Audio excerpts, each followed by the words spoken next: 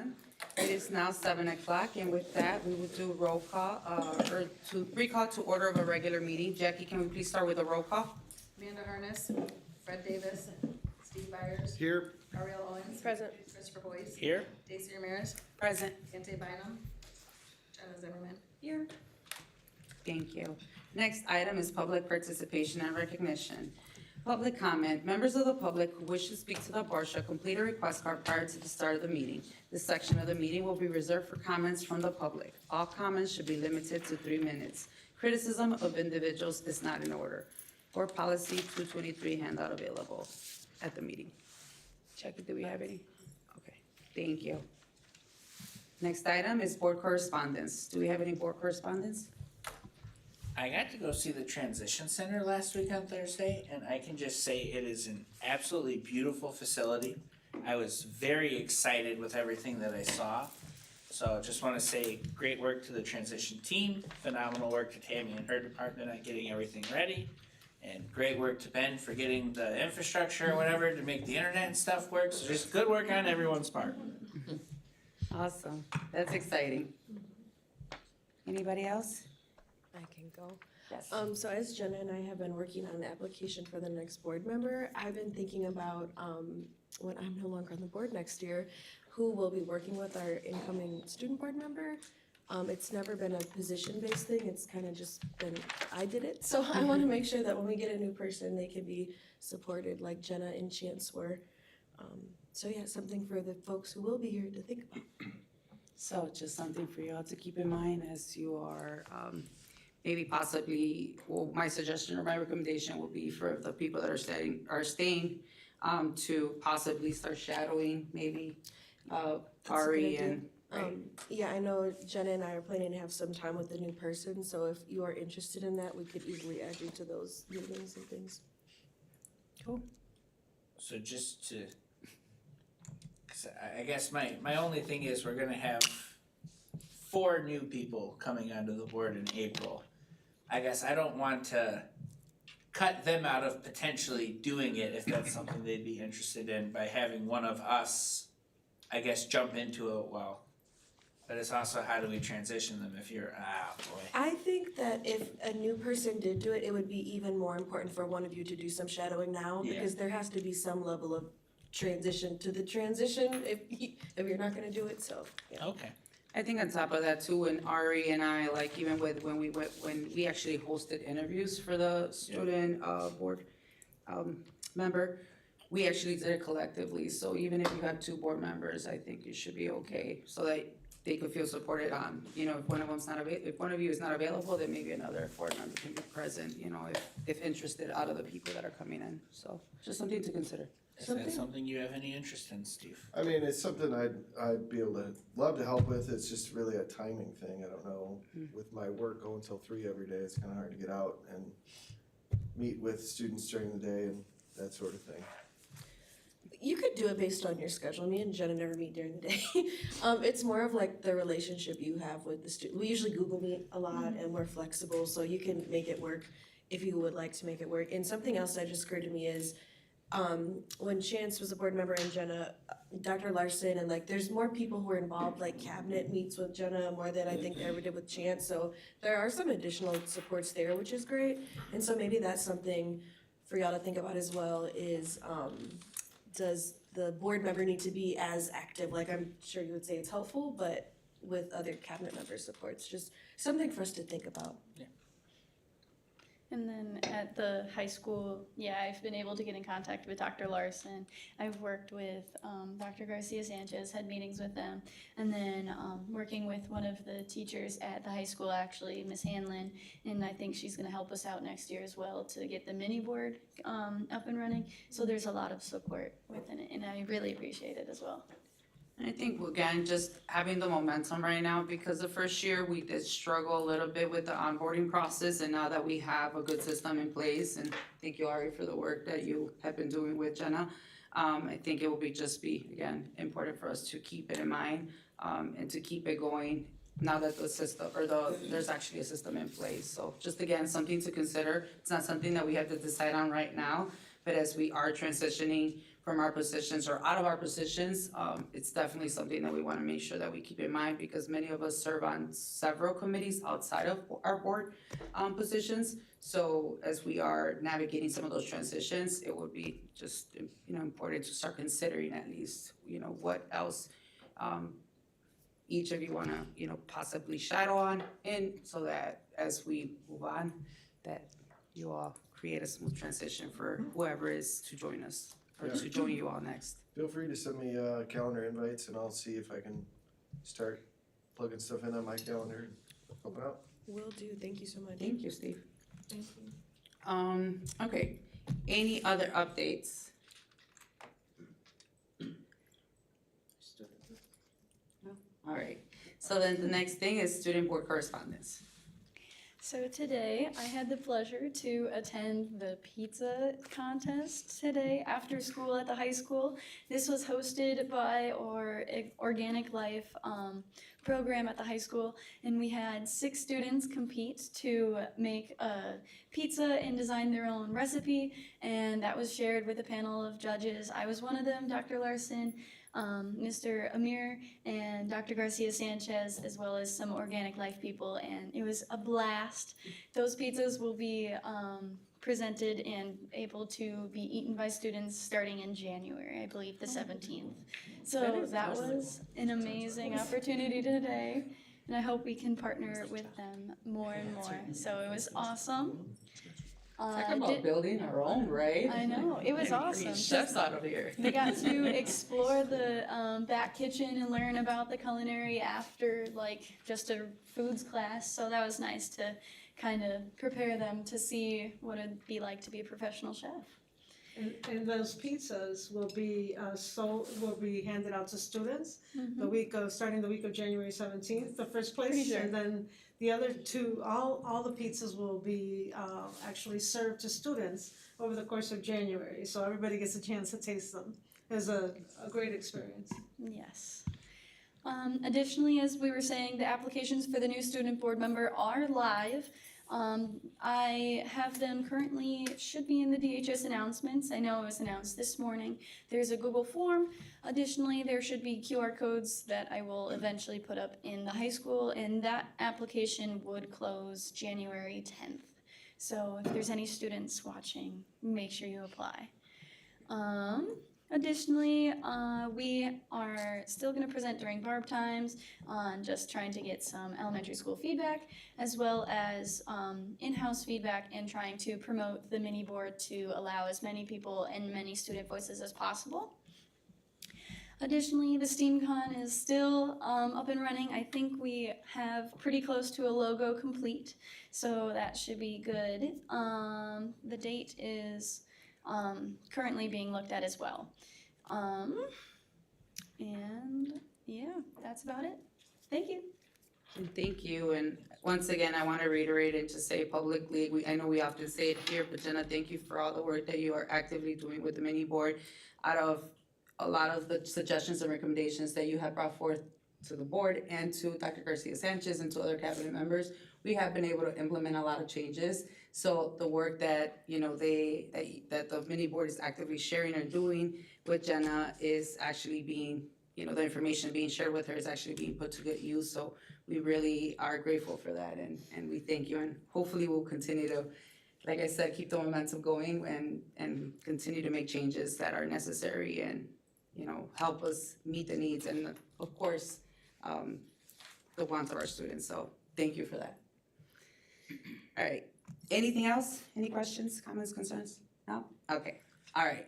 Next item is approved consent agenda items. It is recommended, this is an action item. It is recommended that the Board of Education approve the consent agenda items 5B through 5J, board minutes 12/3/24, personnel action items, purchase order requisition, payroll for November, accounts payable for December, financial reports, NIU Convocation Center contract basketball from 1/31/2025, acceptance of donation, Council for Exceptional Children, Racial Justice Grant, and Illinois Alliance of Administrators for Special Education and Activity, account request as attached. Is there a motion? So moved. Second. Roll call. Steve Byers, Yes. Ariel Owens. Yes. Christopher Boys, Yes. Stacy Ramirez. Yes. Thank you.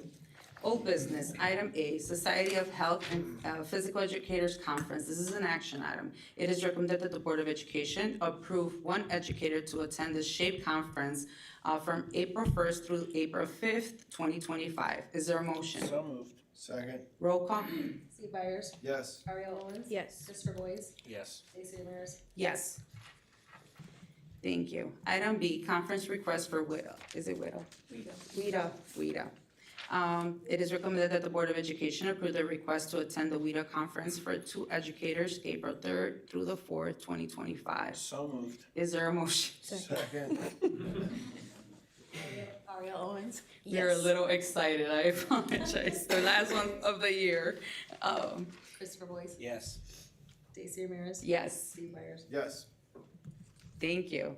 Item C, new course proposal, DHS Dual Language Honors Chemistry. This is an action item. It is recommended that the Board of Education approve the request to add dual language chemistry to the high school for the 2025-2026 school year. Is there a motion? So moved. Second. Roll call? Christopher Boys, Yes. Stacy Ramirez. Yes. Steve Byers, Yes. Ariel Owens. Yes. Thank you. Item D, DHS PE course name description change. This is an action item. It is recommended that the Board of Education approve the DHS course name description change from cross-training to total body fitness for the 2024-2025 school year. Is there a motion? So moved. Oh, second. Roll call? Stacy Ramirez, Yes. Steve Byers, Yes. Ariel Owens. Yes. Christopher Boys. Yes. Thank you. Item E, Super Courageous Conference. This is an action item. It is recommended that the Board of Education approve Dr. Garcia Sanchez to attend the Super Courageous Conference. Is there a motion? So moved. Second. Roll call? Steve Byers, Yes. Ariel Owens. Yes. Christopher Boys. Yes. Stacy Ramirez. Yes. Item F, MOU Outdoor Play Space ELDC / the DeKalb County ROE. This is an action item. It is recommended that the Board of Education approve the MOU between the Regional Office of Education and the DeKalb School District regarding the toddler garden being installed within the current ELDC playground. Is there a motion? So moved. Second. Roll call?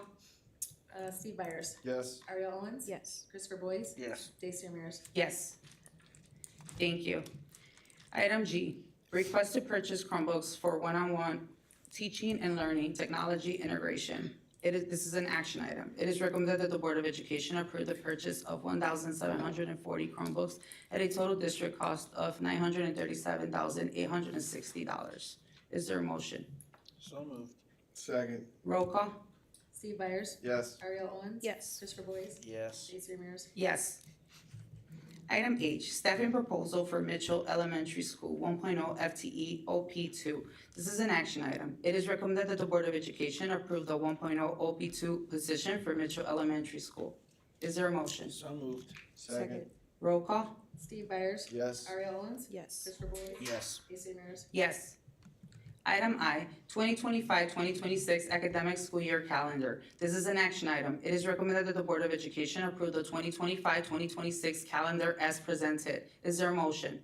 So moved. Second. Roll call? Ariel Owens. Yes. Christopher Boys, Yes. Stacy Ramirez. Yes. Steve Byers. Yes. Thank you. All right, next item is Mitchell Elementary School business. Mitchell Elementary School updates. Do we have any updates for today? No? Thank you, okay. Then we're moving on to new business and administration. Item 8, DHS Student Council NCD overnight extravaganza. Overnight trip request is an information action item brought to us by Dr. Donna Larson. Good evening, everyone. I have a couple of things that are on the agenda tonight that are really exciting for the high school. Tonight for our DHS Student Council, we always attend our NCD overnight extravaganza, which takes place at the Great Wolf Lodge, March 14th to the 15th. Student Council pays $115 for each student, and students will pay $45. So most of the it's mostly covered obviously by Student Council, and they will be taking about 13 to 14 students for an overnight trip. So that is what I'm requesting tonight. There'll be 2 chaperones. And this is an action item due to time sensitivity? Correct, Okay. sorry about that. Yep, No, we you're need to do obviously the hotel lodging and all those get all the To get the logistics best figured rates? out. Correct. Okay. Yes. Awesome, okay. Since this is an action item, we will go ahead and then vote. It is recommended that the Board of Education approve the DHS Student Council to travel to Gurnee, Illinois to stay at Great Wolf Lodge to participate in the NCD Overnight Extravaganza on March 14th through the 15th, 2025. Is there a motion? So moved. Second, Roll call? Christopher Boyes, Yes. Stacy Ramirez, Yes. Steve Myers, yes. Ari Holland. Yes. Thank you. Item B, DHS International Trip, Czech Republic, November 22nd through the 29th, 2025. This is an information item brought to us by Dr. Donna Larson. Another exciting thing for our band students and orchestra students to experience. In 2017, our band participated in the marching parade in Dublin, Ireland, and it was a great experience. So we did have a lot of families express that they would like this experience again for their students, as well as our students wanting to experience this. I have Mr. Lundin here if you have any questions. Students are going to be traveling to Prague. This will be a lot of fundraising opportunities for our students to participate if they would like to. So obviously band and orchestra are curricular activities at our schools, so this will definitely be an invitation if they would like to go and experience this opportunity. They'll be participating in the Prague Christmas Parade, also working in different workshops, obviously seeing the world in other surrounding cities, the culture, the experience. There's going to be possibly 140 students that are going to be participating, as well as our chaperones that are invited to attend this as well. Any questions for myself or Mr. Lundin, who is here tonight as well? Any questions? No? Okay. All right. If you need an extra chaperone. Or two, I mean. Yeah, it's super exciting. We're happy that we were able to look into this, so. And it's the same company that we'll be traveling with, that the band has been traveling with the past 4 trips. So, That is awesome. I guess I'll just make one comment real quick. I do just wanna let you know, Mr. Lundin, how much I appreciate that you came tonight. I know there are a lot of other departments that will ask for field trips, ask to do things, and they're not always here when they make the ask. So I just genuinely wanna say that I appreciate that you're here. All right. So consensus to bring this back? Yes. Thank you. thank you. All right, item C, Association of Two-Way Dual Language Conference. This is an information item brought to us by Ms. A.J. Crook. There we go. Good evening. It's a same conference we ask to go to every year for the Association of Two-Way Dual Language Education. This year, it's 5th grade's turn to go. So what we're asking for is for up to 6 5th grade two-way dual language teachers and up to 3 administrators to attend the dual language conference in Sacramento, California. This is in preparation for the roll up to 5th grade for dual language in the coming school year. And this will be funded by a grant, right? Title III, Okay. LIPS, yep. Awesome. LIEP now. Thank you. Any questions about that? Nope. Consensus? Chaperone. Yes. Consensus to bring this back? Yes. Thank you. Thanks. I encourage you all board members to join all these other committees. I promise you, something will come up, along with the work, right? Okay, item D, National Art Education Association Conference. This is an information item brought to us by Mr. Billy Werma. So you're gonna like this as well, because I got the art teachers here, because they made a request for a conference as well. As you all know, it's very important to have our fine arts folks attend professional development as well. And didn't just wanna send one, and the request actually came from Mr. Dante Morales Perea, right? Or Perea Morales? Perea Morales. Perea Morales, but the team would like to go, so I'm gonna have them come up here and explain the importance of attending this conference. Awesome. So come on up, yeah. Good evening, good evening, everybody. Good evening. Sorry, I'm a little nervous, but my name is Dante Perea Morales. I am an art teacher here in the district. I am currently the art teacher for Little John Brooks and Malta Elementary. I am joined by my colleagues, Willow Davies. She is the art teacher for Tyler and Malta and Jefferson Elementary. And we have John Hahn, and he is the art teacher for Lincoln. Founders in Lincoln. Founders and Lincoln. So We take on a lot of responsibility with a lot of schools. One of the big problems that we face is the lack of professional development opportunities in the district. When we do get an opportunity, it is usually for institution days. We'll get one, maybe two if we're lucky. But something that I have found being in the elementary education field is that these workshops usually are geared towards older levels, and they'll focus on issues that aren't very relevant to us. And me and Willow, we are 2 years into the district, and I feel that we've been doing a great job bringing up the connotation of art. I know that when I first started, I was told that art had a negative reception. So it's definitely been an uphill battle. It's been very rewarding, but at the same time, I would like the opportunity for our art teachers to have those professional development opportunities in areas such as cross-subject collaboration, fundraising to keep the art education sustainable with opportunities, making community connections, and promoting diversity and inclusion. And I feel that art is one of those subjects that really helps to develop cultural identity. And something that I say is that about art in general, we're not trying to make the next Michelangelo. What we're trying to do is develop these cognitive skills, these problem-solving skills, and motor function skills that they can take outside of the classroom to other subjects and into their community. So we are looking for the support it is 4 of us actually. We are missing one of our colleagues, but amongst the 4 of us, we take on 8 schools. Mitchell Elementary will be opening up, so we're gonna have a 9th school, we're gonna have another teacher coming in. So I feel that equipping us with the tools to be the best educators for our students is going to trickle down into the community, and I think it'll be beneficial. Awesome, Thank you. thank you. Any questions?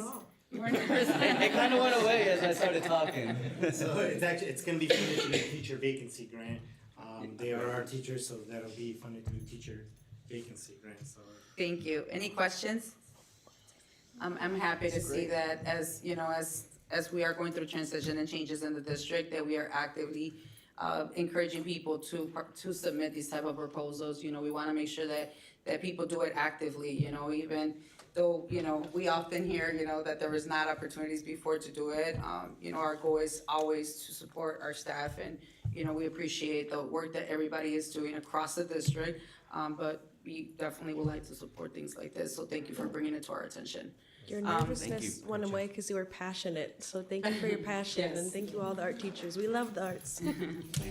All right, with that said, do we have any questions? Our 4th one, she's getting a haircut. It's okay, it's okay. We know people have lives outside of this. Yeah. All right, consensus to bring this back? Yes. Thank you. Thank you. All right, the next item is item E, Prepárate Conference. This is an information item brought to us by Ms. Sarah Montgomery. It's hard to follow up after. That was very inspirational. I am proposing that we send a team of up to 10 people to go to the Prepárate Conference, which is April 9th through the 11th in Denver, Colorado. 2 teams are looking to present, and then a couple of people to attend the conference outside of presenting.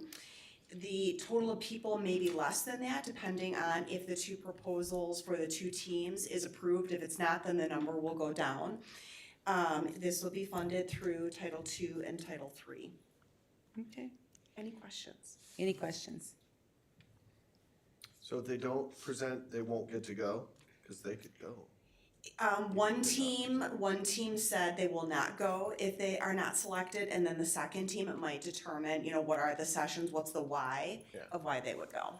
Just as we look at any professional development that we send people to, or if they're presenting. Thank you. Any Thank you. questions? No? All right, consensus to bring this back? Yes. Thank you. All right, item F, resolution to demonstrate support for Vision 2030 statewide education plan and priorities. This is information brought to us by Ms. Amanaquanette Park.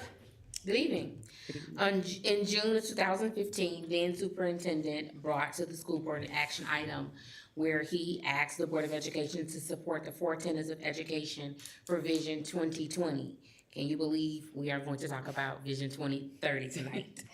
It was an initiative then that bolstered EBF funds for education and really led to us having more equity in funding and providing safer schools.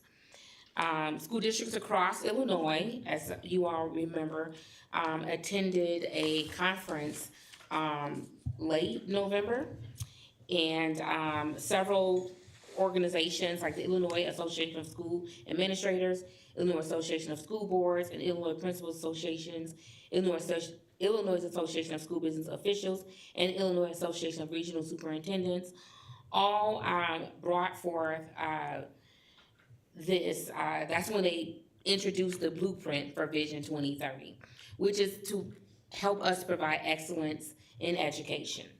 Vision 2030 is specifically rooted in a shared belief that students learn best and educators teach most effectively when they feel safe and connected to one another and to their communities. Our legislators, as well as people who are truly interested in making sure that we have enough funding for public education, are asking school boards all across northern and all the way to the southern tip part of Illinois to support Vision 2030 for academic achievement and for individual well-being. So I am asking you to consider expressing your support for the goals and priorities listed in Vision 2030 by passing a resolution at a public meeting, the next public meeting. A copy of this resolution was included in your board packet, so I'm asking you to review Vision 2030 and bring it back for the next school board meeting. Okay, and just to add on, this resolution addresses all 4 of the strategic priorities, especially priority number 3, which is financial stability with an equity lens. So, any questions for Ms. Parker? Oh, consensus to bring this back? Yes. Thank you. All right, item G, discussion of proposed attendance areas implications. This is an item presented to us by Ms. Amanda Parker and Dr. Knopf. All right. Good evening again, school board members as well as community members. Tonight, we're going to talk about our process and where we are as we are bringing Leroy Mitchell Elementary School online for the 25-26 school year. We decided that community schools was very important to us because we realized that it strengthened both children and communities by fostering a sense of belonging and support. We know that when students attend schools in their neighborhoods, families are often more connected. It provides a community hub. Students receive more personalized support. Parents feel more empowered. And we are creating an environment where students can thrive and we can support them both academically and socially. Our number one priority always has been and always should be our students. So we are keeping that at the forefront of every decision we're making as we are deciding what attendance boundaries look like. But we have other priorities, which we call our 4 top priorities, which include adding Dr. Leroy A. Mitchell Elementary School, because if you build a school, you should use it. Making sure that the capacity is leveraged out in all of the schools, and maintaining neighborhood schools while minimizing busing. We also want to maintain target class sizes because school board members here and previous school board members have made a commitment to doing that. Minimizing changes as well. We are super excited to be at this point in our work with the demographer and over 50 different people, as we have now shared maps with community members that allow us to realize our goal of having more centrally located buildings. We believe that we are going to be in a position next school year to have fewer children traveling great distances to get to school. And that is great. It is absolutely amazing. But I need to make you aware of some unintended but not surprising, because we've had this conversation. I believe that Mr. Boyce even asked some questions at previous meetings of what happened and once we prioritize community schools. DeKalb, the city of DeKalb, the cities, towns and village of Malta and Cortland are not racially heterogeneous communities. So we are sending children to neighborhood schools. This is going to impact racial makeup significantly, okay? So pursuant to Illinois School Code 105 ILCS 5/10-21.3, the Board of Education has the ability to establish, change, revise, or create attendance units within the district, but in doing so, you all must consider the impact of drawing boundary lines in this way.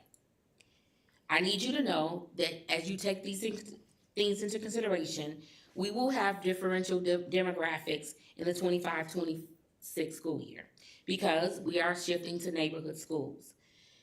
This will make us more homogeneous with regard to our race and ethnicities in some of our schools, as well as socioeconomic statuses. So there's going to be some shift. Dr. Nall is going to talk to you about specific. We shared at now 2 meetings. We had a hybrid meeting where we had people join us virtually to make it more accessible for families. And then we had a meeting right here in this room as well, where we shared a slideshow, we shared the maps. We also are continuing to do community conversations. The next one, we hope to see all of your faces, will be January 9th and January 13th. At that time, we will be sharing a more finalized version of what the attendance area maps will look like. And then we will bring it back to you on January 21st, hoping for a vote by February 4th, because we gotta get kids registered. And we go live April 1st. All right, Dr. Noel? I'm here to fill in with to answer any questions you may have. First, I think Sarah and Billy and Kyle wanted to address some other things, so I'll let them speak. So Ms. Parker talked a little bit about the commitment that the school district had made to reduce class sizes. So brought up old school board agenda, and on May 18th of 2021, the class size task force presented to the board, and we agreed that we would reduce class sizes or look in exploring into reducing class sizes. One thing that Mitchell is going to do is reduce our class sizes from 28 to 25. But with that, the next phase is going to be our secondary. So in order to do that, within our secondary buildings, the space that we have currently ELDC in, which is Huntley Middle School, we need that space at Huntley Middle School to be able to make room for our middle school students and bring that class size down to 30. So we are looking to explore the different options that we have as we're looking at where would we locate ELDC. We do have a donated land that the Katz family generously donated to us, so that could be an option, but we are looking to explore different opportunities for an ELDC and what that would look like.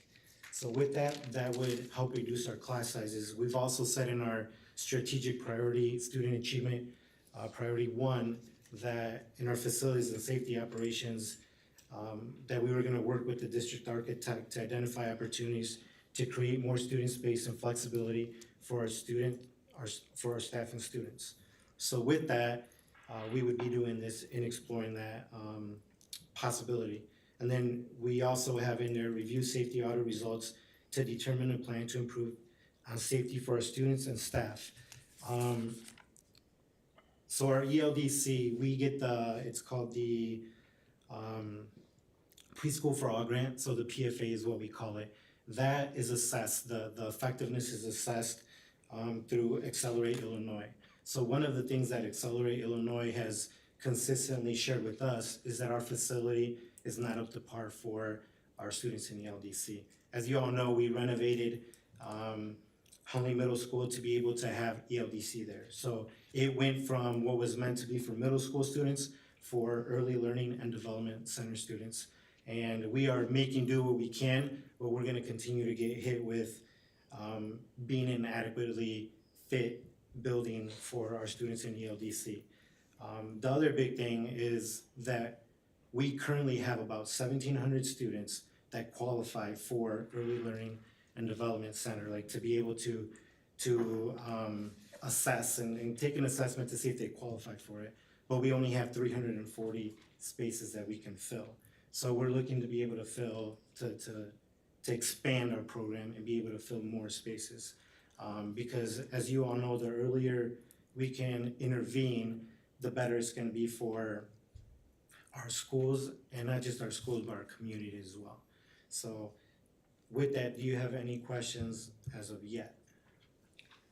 I guess I will direct my comments / questions towards the rest of the board and Dr. Garcia Sanchez. The first thing I guess I would be interested in knowing from the rest of the board, if supporting an ELDC is something that we're interested in, I think how we support the ELDC is important.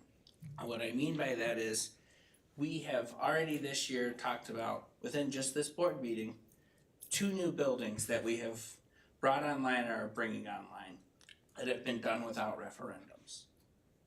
We have cut the taxpayers out twice on deciding whether something that should be up to them has occurred. Are we going to try and do it 3 times now within a year and a half, put another building to our taxpayers without giving them a say by going around them without a referendum? Well, I think, well, first and foremost, before we even get into that discussion, my question would be actually directed towards the team. Like, what are some of the suggestions or recommendations that you're bringing forward? Because it seems like you were leading to providing us with background about the importance of some of the things that we have actually committed to as a board. Me being part of the previous board as well, you know, we committed to reducing classroom sizes, and although we are in the process of getting there with this new opening of this new school, we know that there's obviously still room for us to continue to reduce classroom sizes in all of our, you know, schools. So with that said, are there any recommendations or things that you all are like thinking about or considering? You know, I know that in previous conversations, we have discussed the possibility of obviously applying for a grant, you know, that can help us mitigate some of those expenses if we were to obviously consider an additional option. But nonetheless, as of right now, based on what you all have done your research on and the things that you are actively working on collectively as a team with DCTA and other people that you are including, do we have any recommendations that you have for us that can accommodate some of those things now? So solid recommendations, I can't tell you that we have. Options we will have. There's different things different ideas and options that we've come up with that we think would free up some space in some of our buildings, which a lot of times we're looking for space within our elementary buildings. But with that, we also need to collaborate with our bargaining units as well. So DCTA, DFSA, DFSS, FADASP, all our bargaining units that are part of our district to see how that impacts everybody as well. So there are ideas that we have, that, you know, options that we wanna put out there, but we also wanna collaborate with them to make sure it's not impacting them in a total negative way either. It's just like, so, sorry, when we're thinking about like different things like that, we need to think about certification of staff members as well, so that could be an impact too, sorry. And I was gonna say the ELDC, as you know, currently occupies 10 classrooms at Huntley Middle School. There's the overflow from Clinton Rosette over to Huntley. Both buildings are full, classrooms are full. And having those 10 classrooms available for space would make a significant difference at the middle school level. And again, I mean, and that wasn't to steer away from what you were saying, I just, you know, wanted to see if there was something that was already in the works, right? Because I don't think that the goal is ever to go around referendums. I think that the need has caused us to, you know, to resort to other measures, but I don't necessarily think that has always been the goal, to go around what the community wants or giving community the option to decide. If anything, I think that we have been very, very intentional about giving the community the option, even with other parameters, even including the grocery tax and things like that, whether people vote for it or not. You know, I per se, for example, myself voted towards even having that on the ballot, or voting yes to have it on the ballot, so that people have the decision, not necessarily because whether I believe it or not, and whether I personally voted on it or not, but rather as a person that was elected by the people. For me, it is important to give people, you know, the opportunity to vote for what they want. So I hear you on the reservations that we have, but, you know, I wanna be cautious about intentionality with the wording that we are using, because we don't wanna, you know, make it feel like, you know, we're not giving people the option, because the reality is that some of the things have been pressing to the needs of the communities that we serve, which is ultimately here is the children. I just want to add, so about a year ago, the State Board of Education passed a law that said that any building that has an early childhood center within its realm does not require referendum to pass. So we know that we don't need to have that to pass in order for us to put one up. That I understand that we want to make sure that our community buys into it, understands why we need it, we share the data, that we want us to be in a collaborative effort to get it done, absolutely. And what ways to be able to do that outside of obviously town halls and community conversations and all of those things, I absolutely feel that we would try all of those things to get our community to have a say in that, right? I also want to make sure that we know that the funds that we're thinking about using would be to actually separate the money that's coming from the South End and the E-zone, so that we can bolster those funds in order to be able to pay for that. Not going to the taxpayers at all for any additional funding. So both the Mitchell Building and the Beyond One Barb, we've not asked for any additional money from the taxpayer to be able to pay that off. So we, I wouldn't want to put this out there and then say we need to raise taxes. We're not doing that. We want to be able to be very strategic about where that money comes from and build that money into the pot that we need so that over time we can pay that off. I can have Amir speak a little bit more clearly to that, if you don't mind. Yeah, sure. So we are looking to capitalize on the developments in the Southern Corridor. Even this year, we set aside what was Meta's tax revenue, the new growth that came in. In addition, we also earmarked about 10 million back when there was a state grant for building, which we didn't qualify at the time, but we still have that earmarked for ELDC. So we're looking to set aside these tax revenues coming in with the Southern Corridor, including E-zone. So, and that is our projection on not going to the taxpayer for raising the rate, is simply kind of capitalizing on that growth. Any questions about that?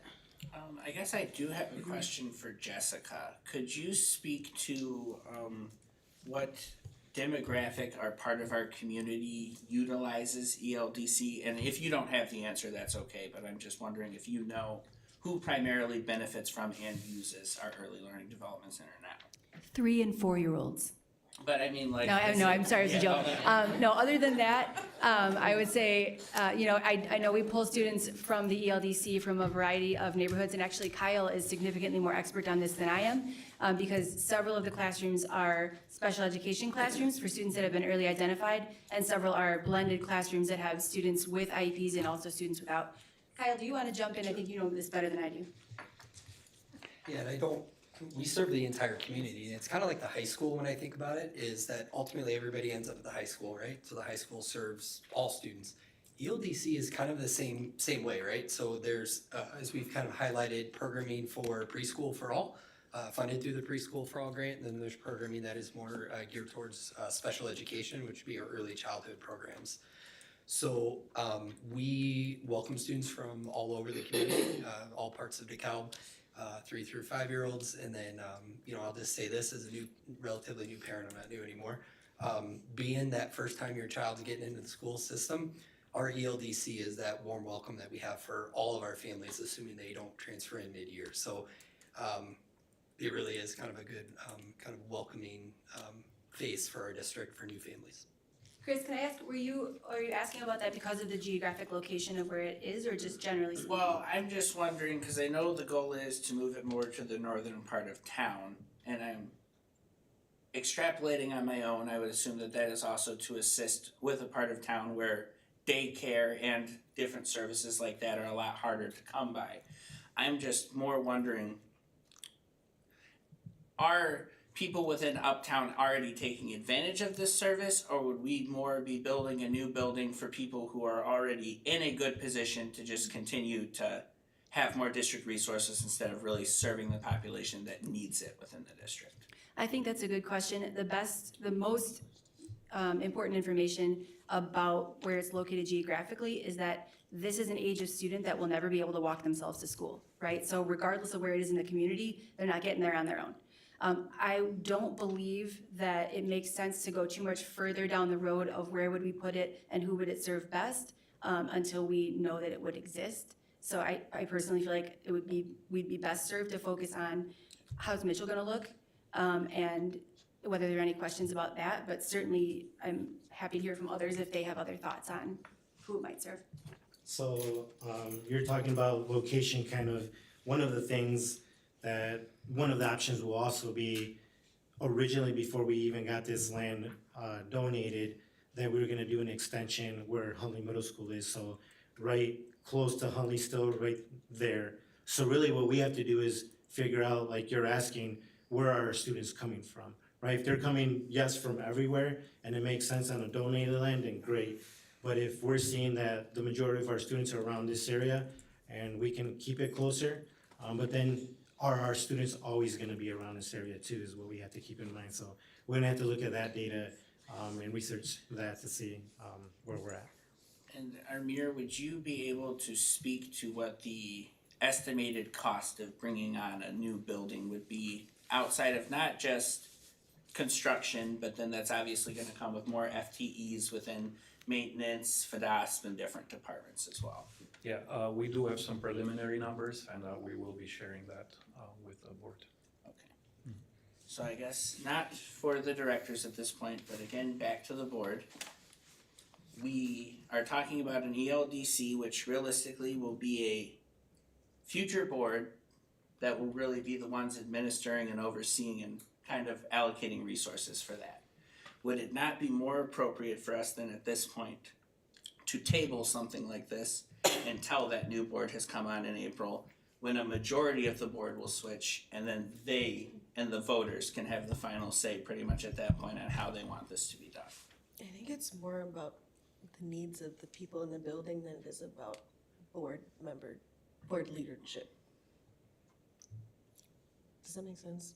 No. Okay. I mean, I agree with you. I think that based on the needs of the communities and what we have now, I mean, research shows that early childhood education is one of the most critical components of education when you're educating a child holistically, right? When you're thinking about when does it starts the early years, and the earlier that we are able to support the child and that we are able to tackle or identify some of the challenges that we foresee that the child is going to or has or is already experiencing and can possibly be experiencing long term. I don't necessarily think that some of those conversations can necessarily weigh when we've been knowing for years that there's a need of this. You know, how it develops or whether or not it is something that, you know, we decide to move forward collectively. I mean, I think that that's gonna be something that I'm hopeful that when that conversation arises, that the seven of us will be present, because unfortunately today we had some members that were ill and couldn't be at the board meeting, but my hope would be that we will have the entire board here present so that everybody can voice their perspective and opinion about that. But I wouldn't necessarily want to speak on behalf of everybody, you know, just yet. Just know, you know, obviously, I just wanna express that. To me, you know, identifying some of these issues and these concerns are of importance and of high priority. So I would want us to now that it is being presented to us right now, I would want us to consider the conversation with, assuming that the other seven, or the seven of us are collectively in-house. If I may just throw in an example to highlight the importance of this, and I'm gonna use the word urgency, and that's a relative term to everybody. You talk about across the nation right now in education the last couple of years, a lot of the conversation has been about how our youngest students have acclimated to coming back into school from a pandemic, right? And I just wanna highlight something. One of the most disruptive things to our young students, which is still, we're feeling the ramifications of this, is they did not have access to daycares, to preschools, to early childhood programs in the same way they did before, meaning that they missed out on what we have typically been able to provide in terms of early intervention and services and supports for the student as well as the family during some very critical developmental years. That highlights the importance of the early childhood in our pre-K program, not even just in pandemic times, but this is a staple for, and builds the foundation for our kids to then be able to achieve down the road. There's no better example in my mind of how important 3 through 5, and I'll say birth through 5 is, compared when you look back at what we as a society have gone through and what we still talk about is the impact on our kids. And so if there's ever a way to advocate for expansion of early childhood, expansion of pre-K, expansion of early intervention, now based on our recent history is the time to really raise our voices. So I guess I just want to clarify to everyone that I'm not opposed to the idea of the ELDC. I'm not opposed to the benefits and the statistics that show that it's beneficial. What I'm opposed to is if we all in here agree that there's a need, then it's great. I just don't see why there's such hesitancy to quote the law and say, well, we don't have to do a referendum. I guess if it's a need, the voters will also agree that there's a need and they will support that building. And then we truly have collaboration because it's something that we got their endorsement on. It's why, you know, people love the high school because the community met with this true district at that point. There was a concerted effort to educate voters to say we really need this high school. And I'll tell you right now, like personally, I am fully in favor of us having a new ELDC building, but I just cannot agree with pushing it through without a referendum because I don't feel that that's a fair shake for the members of our community to do a third building within a short time frame like this. So I'd have to find out what that means if it's not required by law. If there's a way to do something similar to that that doesn't make it follow that process, right? So I'm not sure what that looks like, and it's something definitely we'll have to have Shauna look into. Guess the response that you just gave, I guess, is kind of where my concern is coming from. You just said, well, I wanna see if we can poll the public, and then if they don't vote the way we want, make sure the board can still vote to do it the other way. I don't think I said that. I think she spoke on collaboration. Yeah. I think that you said we need to make sure that it's not binding, or there was. No, well, you misunderstood my intention of what I was saying is, because it's not a requirement, I'm not sure how that would bode to do that officially, right? That's what I meant to say. I don't know if there's a process in place since it is not a required thing from the state of Illinois. So I'd have to ask that question, what does that look like? And if there isn't, or it should, you know, for whatever the attorney may tell us from ISB, then in lieu of that, what could there be so that we can garner what you're asking for, right? So by no means am I saying, you know, not to do that. I'm just saying the state doesn't require it, so I don't know if there's anything any longer in place to get that done, the way that it's been done in the past. That's all. Okay. I think aside from that, I think it also depends on the grant opportunities, right? Last year, we went up for a grant that was worth $10 million. Had we gotten it, then, you know, that would have created the opportunity right there and then to move on, you know, make a move that, you know, was again intentional, based on what we had available.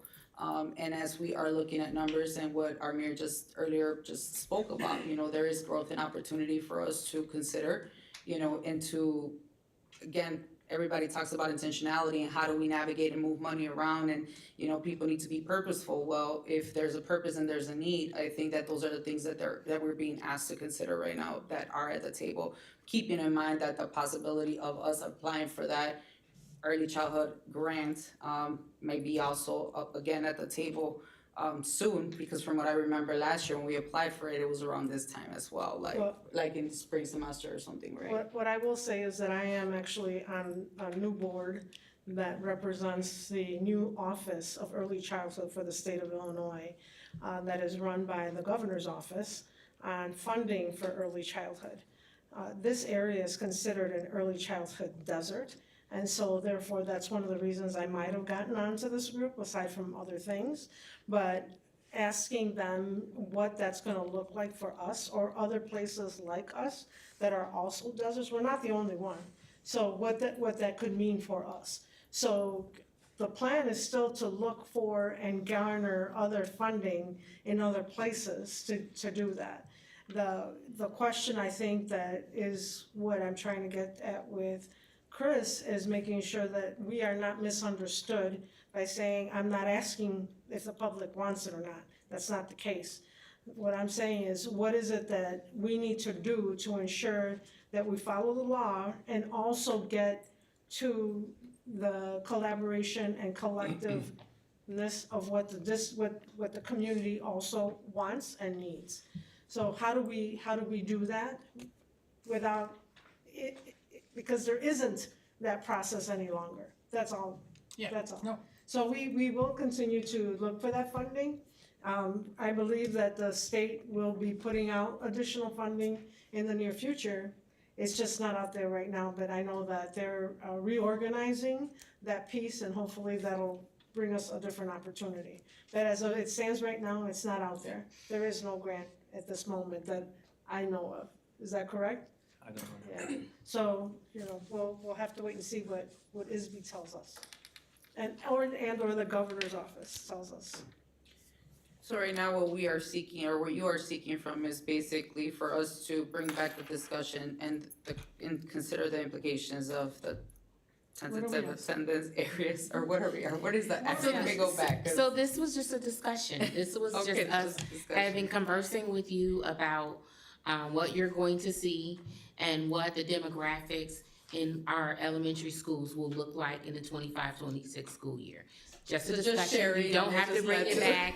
There are no actions associated with this conversation, and letting you know to be prepared to see the more finalized attendance maps in January.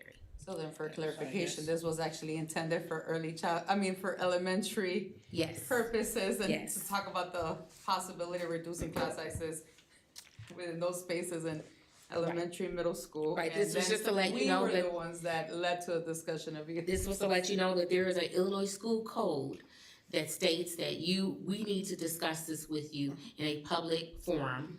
And even if it wasn't an Illinois school code, we want to continue to keep this conversation alive. Multiple school board members have been part of other committees where they've probably heard this spiel 5 times already. But we just wanted to make sure we're doing it in a public setting so that our community knows that we're being as transparent as possible. Now, I guess one last question I do have, and this isn't in regards to ELC, this is kind of with how the boundaries are being redrawn. So I currently live in Ward 1, which is very, I would say, economically split. I would say you have probably the highest echelon of DeKalb, also with the lowest when it comes to income.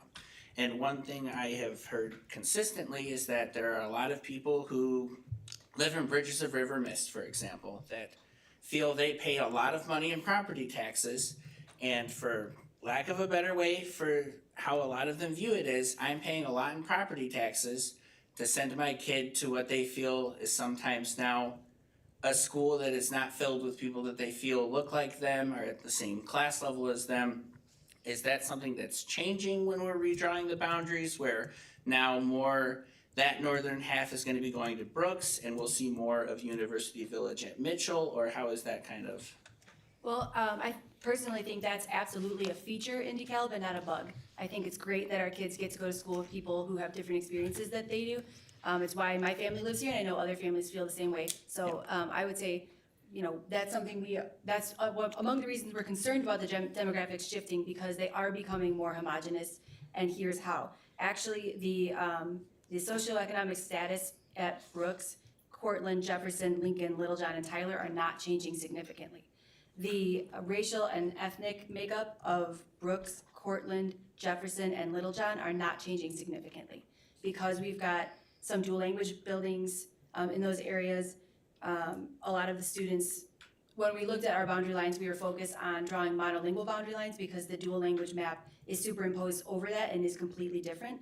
And there is a significant racial and ethnic component to our dual language program, which drives the demographics in those buildings. I know I'm not telling you something you don't already know. We will see shifts at Founders, Lincoln, Malta, and Tyler of greater than 10%. I can go into greater detail if it's of interest to you. Our Mitchell will come online as a majority African-American building. Again, I don't think that that is a surprising consequence. That wasn't the intention of putting a school there, but again, because DeKalb is laid out the way it is, that's how it worked out. And it was not in response, the boundary lines have not been in response to any outcry from any part of any community saying they don't want their children to go to school with this children. It is because we have prioritized community schools. Does that make sense? Yeah. Would you be able to just email me that full report or just to the board so we could look at that as well on our own time? If you've got it in a report form. Yeah, I'm happy to Okay, do that. Thank you. And then I also just want to take a moment, honestly, just to thank all of you guys that are up here for your presentation this evening. I think it's been very obvious to all of us on the board how truly passionate and committed you guys are to our students. So I just want to take this moment to truly say thank you for all the work you put into this. Well, thank you. Thank you. Can I add one more thing? That was such a nice ending, sorry, but I just want to say one more thing. I want to say, Kaya, when you're using the word urgent, that's a word I would agree with. For those who don't know, I'm an associate dean at Kishwaukee College, and early education is like one of the, you don't have to come up if you don't want to. It's like one of the areas I oversee, so I just wanted to like really echo what Kyle is saying, because I see that, and that's what these experts, as you know, Chris just said, that's what they see. And like, Chris, in the same way, I wrote myself a note, my notifications are popping up. Chris, in the same way that you're not anti-ELDC, and I don't think others are anti-community voice at all. To me, and I know I'm one board member, but I feel like I'm gonna trust the experts in front of us because they have the credentials, like they're doing the work, they have the experiences. So if we have an opportunity to respond to an urgent need, I think that that's what we should do. And I know this is just the beginning of a conversation, but that's how I feel today. And I think it's idealistic to say, oh, well, the voters will vote that way but the voters don't have the same knowledge and expertise, and you know, all of us have different knowledge areas and expertise, and I think the folks who are actually doing it and have been studying it, I think it really matters that we listen to them. So, yeah, thank you all. Thank you. All right. And with that, the next thing is superintendent report. It's me. That means we're at the end of the session. So thank you to everybody for coming tonight. This was long. You know, I'm gonna say this, I really appreciate the discussion. I appreciate that you asked the questions you wanted to ask and that we were able to answer it. We may not always have the answers, but the answer or the right answer or whatever, but the opportunity to be able to actually have that conversation really is beneficial. So I appreciate that, always. And I welcome anybody to answer, email, call, whatever. I really want to hear what you're thinking, because it really does help us to broaden our thinking. My staff knows, the cabinet knows, that I do pay attention to what people say, and I want to make sure that I'm listening to that, even when it's not nice stuff. I still listen, and we try to make adjustments based on what I'm hearing, because, you know, I am still a learner, and I want to make sure that we're doing the best on behalf of children and families. With that being said, you stole some of my thunder. I was gonna talk about the pizza judging thing, but, you know, she did that, so, you know, but kudos to those kids, and thank you to, you know, Organic Life and Mike Chamness and the whole team, because they did a great job today. Those kids walked out of there with their head held high, and I'm so proud of what I saw today and the collective work they did over at the high school, so thanks. You make sure, Donna, that you tell everybody that over. Thank you. All right, next thing is, this is it. This is the last week. As I was over at the high school today, I was being told that today was the last full day of students. Kids are be taking their finals over the next couple of days.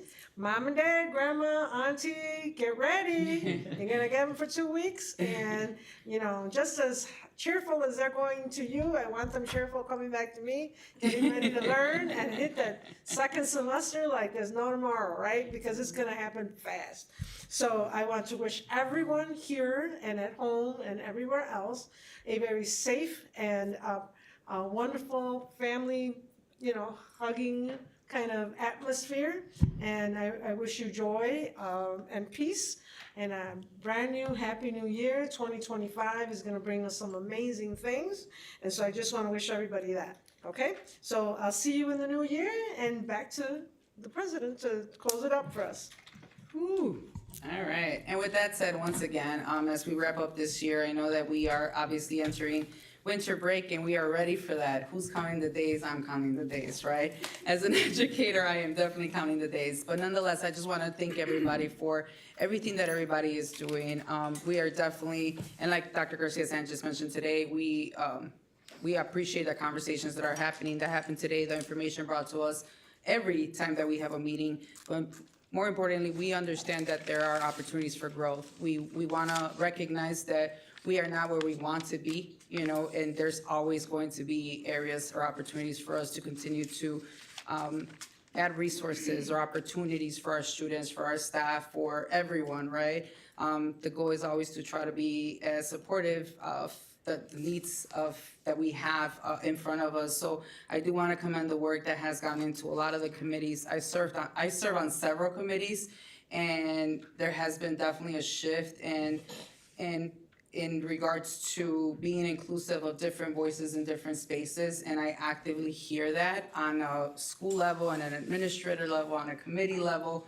Like, I am on so many committees, I could go down the list, right? But I'm always very impressed to hear about the work and about the opportunities that have developed over the years that you have been here, particularly, I want to say, because you've been here through that time that I have been a board member. Dr. Garcia Sanchez, like, I really truly value your leadership, and all the leaders that you have under your team. Like, genuinely, like, the work that you all are doing is incredible for our students, our families, and our staff. So with the year wrapping up, I wanted to make sure that I made note of that, and that we truly, that you all know that we truly appreciate your leadership and we value the work that you all are doing. Again, we know that there's opportunities for us to continue to work, but we're working on it, and we hope that you trust us that, you know, when something is presented to us, that we will talk about it, discuss it, and hopefully move forward as we collectively seek to move or continue to move the district forward. So thank you again for everything. Have a great winter break, and safe winter break, I should say. We look forward to seeing everybody, you know, in the upcoming year. Well, with that said, I would like to make a motion to, or actually, let me go back. It is now 8:07, and with that, we would like to adjourn. It is recommended that the Board of Education will adjourn. Is there a motion? So moved. All in favor, say aye. Aye. Thank you, everyone. Have a great night. Be safe.